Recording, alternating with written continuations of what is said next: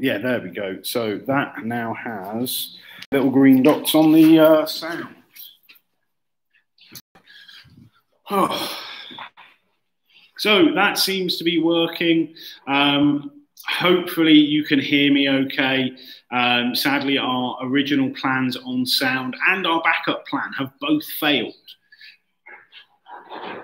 So, so yeah, we're just having to kind of just adapt and overcome and, deal with things as they come. But like I was saying earlier, now, is the time to be lighting your fires. So, I've already got my fire lighters going inside my wet smoky mountain. Just like I did in the video I shared in the Facebook event, we are just loaded up the fire basket fully, put a couple of fire lighters at your, the vent at the front that you're going to control the airflow from, or, if you're using a Flame Boss or a Barbecue Guru or anything like that, that's where you're going to use it. That's where you're going to put it. And yeah, that's kind of, just going to leave that to burn away. So, gateway drums really don't take long to start. So, good morning, Uber Dump, and also Stuart. It's a shame I can't see that beautiful ginger beard of yours at this time this morning. It's Ditch Brisket, I thought you were working. It's is that not? Were you having a cheeky skive? It's So it looks like we've got the sound working, which is good. Nothing like a bit of early morning stress and trying to sort out technical things when you're not very technical, like me. So, like I said, Emma, come on, get in. Gingerbeard wants to see. I am being polite whilst we're on whilst we're live. So hence me calling you Gingerbeard and not something else. But yes, we are both here in the barn. Luckily, we seem to have quite a nice day for this. So I don't know what it's like where the rest of you are, but it's kind of like sunny. Not that much wind, so hopefully you're not going to be battling the elements as we're cooking these ribs. So yeah, that's all good. But just got the Weber lit already. I might as well just fill the gateway up. I am going to be lighting this like an hour and a half or 2 hours before I really need it, but I might as well get it done and out of the way. I can get it dialed into temperature. All I'm going to do is just add a bit of extra charcoal into it. That's all.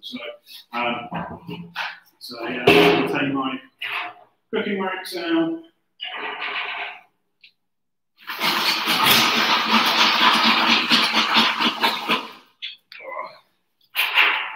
Yes, I've still got a bit of used charcoal in there, and yes, I am going to be nasty and reuse it, but it'll be fine.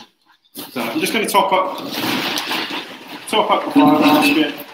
I know you can't really see this, but there we go. Just get it filled nicely. I'll lift it up on here so you can see me. So you can see a bit better of what we're doing. And then, all I'm going to do is take. I would say I'll take 2 of these woodies, but they look. Looks like I've got some big wood for you there, Stuart. So there we go. I've picked some little ones. I know more like you're accustomed to, and just push the 2 down there. We've been working with Big K for 10 years now. I know a lot of people are just sort of twigging onto it, but it always helped us have consistently hot fires and stable temperatures. Like I said, for the last 10 years. So yeah, we are big fans. We've worked with, they've supported us since 2011. So really nice company to deal with. And it's also good, or it was in the summer, where you were able to pick it up at Morrison's, which also makes it a lot easier. The price wasn't that bad, and you don't have to pay for shipping on that type of stuff. So just gonna now I've just pushed 2 of the fire lighters down into the middle, and then I'm just going to put this into my drum. Okay. and just take a lighter, and we're just going to set fire to it, and then make sure your vents are open. Get your vents fully open, and then that's it. That's all going to be ready to close the lid down in 20 minutes.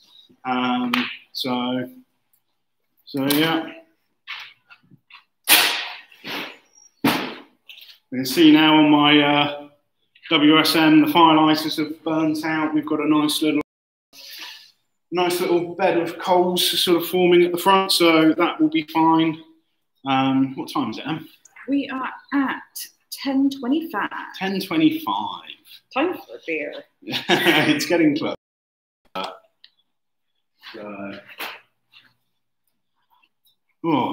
Stop, start. There you go. Yeah, I'm well experienced of fingering the charcoal. It's nearly fire time. I mean, I guess what are you cooking on today, Stuart? Are you cooking on Traeger, or are you cooking on your Pro-Q, or because if you're cooking on your Traeger, isn't it just like make sure it's hoovered out and then press the switch?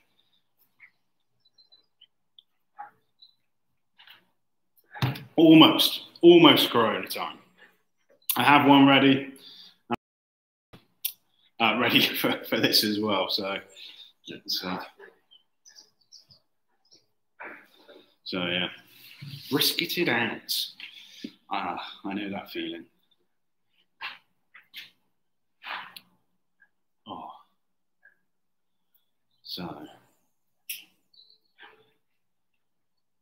I cannot believe the amount of relief I am feeling right now that we've managed to get it working for now. So hopefully we've overcome our technical issues, and we'll just have a good. Just here to support. Do leave off. You're just here to heckle. I know your game, Stuart. Yeah, the beard. Well, just wait till Christmas. We've got a bit of a Santa surprise coming. Obviously, not so much of a surprise, but yeah, kind of. As I've got the beard, might as well have some fun with it over Christmas. Yeah, why not?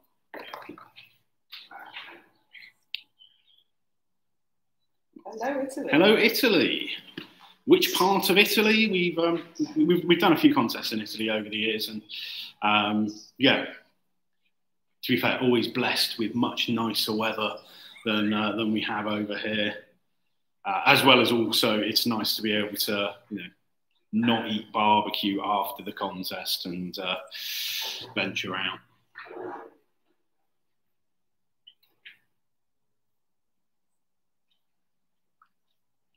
Northwest Turin, so where we were. Okay, it's so we drive through Turin, or we drive past Turin when we drive across. So we normally come in through like the Mont Blanc tunnel and come down through the Aosta Valley, and then like across like through Milan, and then off to like Venice and areas like that. We tend to do the contests we've done tend to be around that kind of area, like Treviso and Venice. So it's but Aosta Valley, we always stay at some beautiful hotels up there, and it is gorgeous, especially in the summer. I mean, what we got planned for next year? I mean, who knows? It's it is too early to say. If we do get back to some form of normality, Houston Livestock and Rodeo is like one of the big ones on our calendar. So we're kind of fingers crossed. Don't know what's going to happen there, but fingers crossed we can get out to Houston in end of February, and then always the American Royal for us. One of these things with the COVID thing is obviously I've not used as much holiday time as I normally do. So actually, think we're able to carry over some holiday days. So one of the thoughts is maybe take a month off and drive around, whether it be America or maybe go back down to Australia. I mean, we'll still be looking to do like, you know, the standard, or you know, our standard of like 20, 25 contests, hopefully. But you know, if we can tie in some doubles in the US, you know, we really like competing over there. And you know, obviously, it's been a long time since we were last over there. You know, the last time we were in the US was the Jack Daniels in. No, we were at Houston this year, weren't we? Sorry. So yeah, we were at Houston Life Cycle Rodeo this year, which a lot of fun. It's very difficult contest to get into, but you know, even if you're just coming as a spectator or you know people there, definitely one of the ones that's worth going to. It's you know, very different feel to anything else, whether it be like the American Royal. I mean, the American Royal is probably like closest to it. But yeah, everything in Texas is bigger, and they say that for a reason. Yeah, I mean, we're looking forward to doing some demos next year as well. So, you know, John Finch, you know, got in touch with us about Black Deer and, you know, asked us to do a demo there. So, you know, I think that's going to be a lot of fun. You know, whilst I'm, you know, quite happy kind of sitting in a field and, you know, doing the normal competition thing, you know, we've kind of missed doing contests like Grill Stock where you'd be a bit more involved with the public. So, you know, kind of looking forward to, you know, engaging with the public a bit more at events and, you know, not just giving our food to judges who might be having a bad day, and you know, and actually giving it to the public and seeing how they appreciate it and enjoy it. So, so yeah, but to be fair, we are a little out of practice on the competition side of things. So, you know, we're definitely going to have to do some training to get back in shape, as it were, barbecue shape.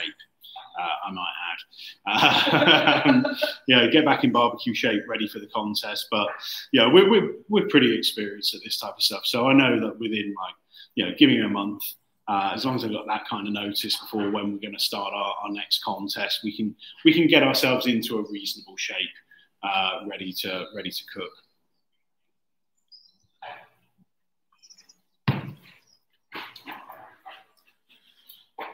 So I'm just looking at the fire at the front of my WSM. That seems to be going all right. I am going to be really lazy today. I am going to plug a Barbecue Guru into my WSM. Yeah. Whilst we're doing like a live stream, we're cooking them hot and fast, we're cooking them low and slow. You know, I kind of just need like one less to worry about. So, so yeah, we will use our Barbecue Guru. I know lots of people don't, you know, started using other things, but you know, I'm old school. It's or just old. It's, so we use this stuff. Yeah, so, you know, when you say about when we compete in different countries around the world and trying to figure out what works for different judges, we don't play that game. So I know a lot of people talk about it and think about it a lot, but in reality, you know, we're not from that area. We are not going to know what the judges are looking for or what the regional taste would be. You know, lots of people make this assumption that, you know, oh, in Kansas it needs to be super sweet rather than in, say, the Carolinas. It's got to be, you know, it's got to be more vinegar based. To be fair, in Texas we do change our flavour slightly, and that's just, you know, we tend to cook quite sweet beef. You know, quite heavy on sauce, but we don't when we're at Houston. Partly because of the rules. But also it's just, you know, we know that's not really what the judges are going to be looking for. So yeah, that's the only time we play that. But, you know, competing in Australia, competing in, you know, all different parts of the world, Italy, anywhere else, we don't really change anything. Yeah, we just, you know, we tend to think that we've got our flavors balanced enough that, you know, they're kind of, non-offensive. You know, they're nice, they're good, but, you know, the whole thing with competition barbecue isn't about isn't really about making the best barbecue. That for you, it's about making the best barbecue for a wide range of people, wherever you are in the world. Stewie, I mean, come on, my favourite win, that's easy. It's obviously the American Royal Invitational in 2018. It's a contest that we've been to for so many years. We've been there for 7 years. And we'd had some decent results through the years as well. So we came like 12th overall. We'd had a 7th overall as well. So, for a lot of the American teams that actually knew us, it wasn't a huge surprise for them because they've seen us consistently get better over the years. But, the American Royal Invitational, I mean, for us, that's the pinnacle of competition barbecue. Any team that wins a contest gets an invite. It's a best of the best showdown. It's up to you whether you turn up or not. But yeah, it's kind of like that's the big one for us. Don't get me wrong, I still have my sights on the Open because I'd love to win that. And to be fair, I'd love to win the American Royal again. And Houston Livestock and Rodeo. And to be fair, also the Jack kind of got me a bit last year. So last year we ended up coming 5th overall. We got a perfect score in ribs. And funny enough, I do joke that we have like the world's best 2nd place ribs. The Jack, we got a perfect score. We got a 180, and then we came 2nd in ribs. In American Royal again, we got a perfect score in ribs and came 2nd. We also had a 2nd place in ribs at Houston Livestock and Rodeo with British Bulldogs a few years back. So to be fair, I think that was 2018 as well.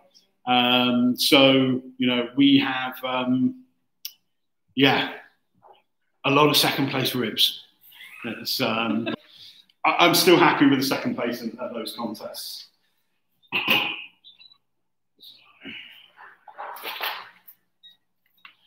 So just get this barbecue guru set up. What time is it? We are at 10:36. 10:36. Right. Probably going to steal a cooking rack from somewhere.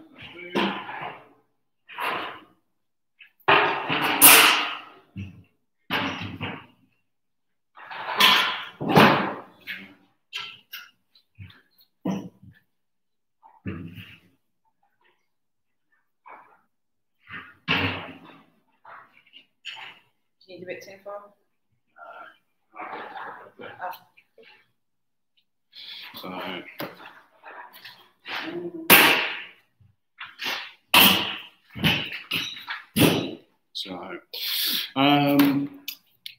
There was another extension called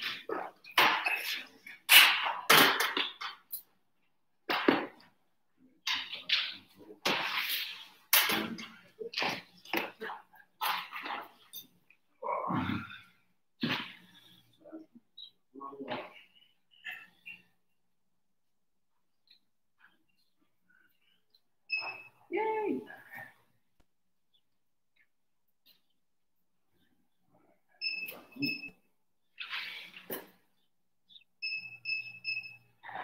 Calling Mr. Evil. Sorry, Dr. Evil.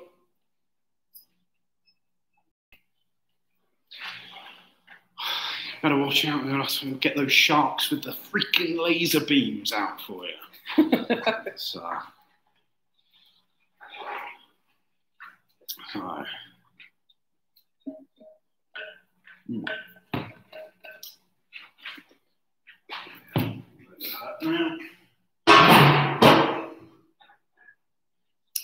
So there we go. That is basically, our barbecues are lit. We're just now waiting for them to come up to temperature. So yeah, all going okay at the moment. Yeah, kind of let the barbecue guru do its thing. The gateway, I mean, I can set a gateway up pretty easy. So that will keep on going. Emma's OCD kicking in about where the dial is placed. So yeah, but I think that's it for now. So, we've got everything set up.